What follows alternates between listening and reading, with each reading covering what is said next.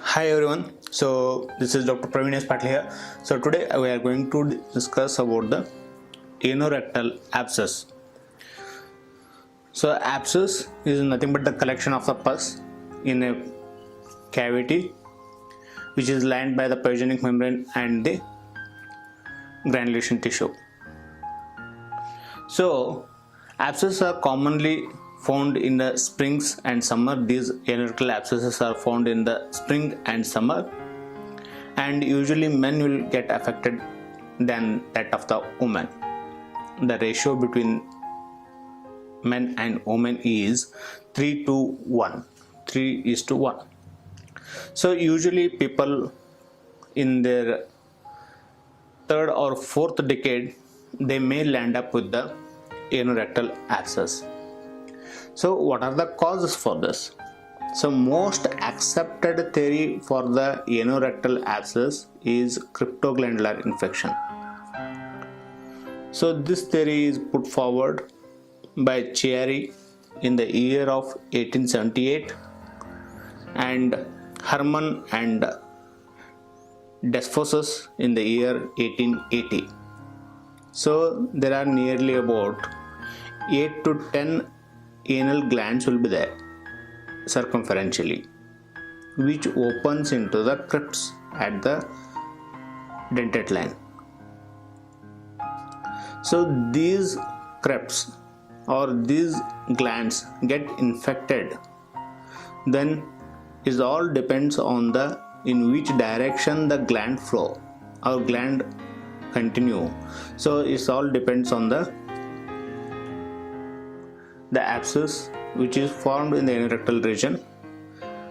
So it all depend on in which direction the infection flow. So there are some glands which are restricted their movement in the submucosal area only, and there are some glands which restrict their course till the internal sphincters only, and there are some glands which enter the intersphincteric space. So if there are glands which are infected, which are restricted their movement only in the submucosal, then the patient may land up with the submucosal infection or intersphincteric infections.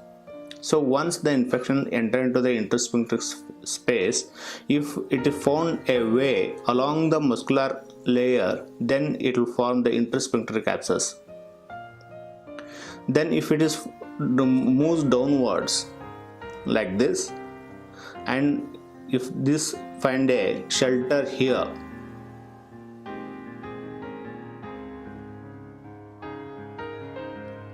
or which can spread in this direction also, so that is called as perianal abscess. It moves laterally here, then this may form the ischiorectal abscess. And if it moves upward direction, this may form the intersphincteric abscess.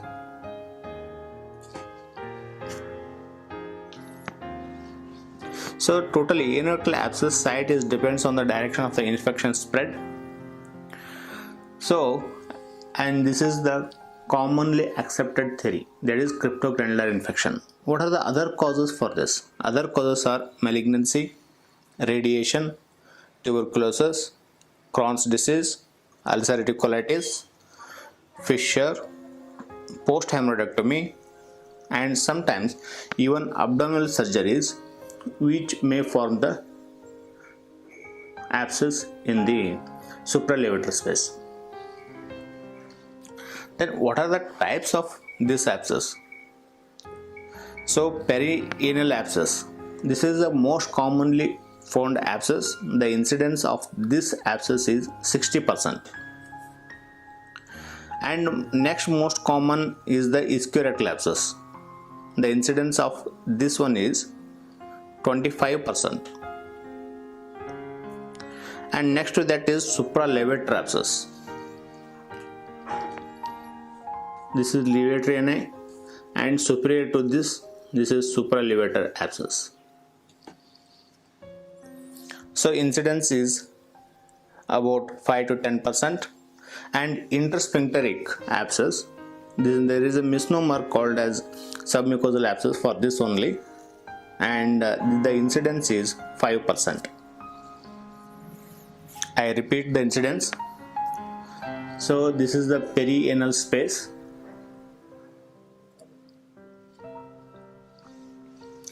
and this is the ischiorrectal space,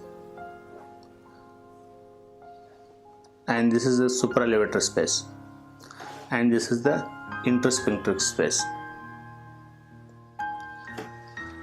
In perianal space, the incidence is 60%, ischiorrectal 25%, intersphincteric 5%, and supralevator 10%.